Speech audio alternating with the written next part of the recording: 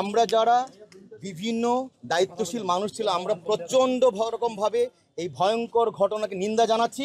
এবং সেই জন্য আমি বলেছি যে আমার এখানে পেশাগত লোক যারা ছিলেন আনসার বাহিনীর, আপনাদের কেন ব্যর্থতা আসছে সেই জন্য তাদেরকে আমরা বিচারের সম্মুখীন করেছি এবং সেই বিচার অলরেডি তারা শুরু হয়েছে। এবং আপনারা হয়তো আরও জানবেন যে এইটা কেন কিভাবে। এবং আমরা কিন্তু আমি এইটা জানার সাথে সাথে আমি আমাদের ঊর্ধ্বতন যারা ছিলেন পুলিশ এবং আমাদের এখানে আর্মির ক্যাম্প যিনি, ওনার সাথে কথা বলেছি।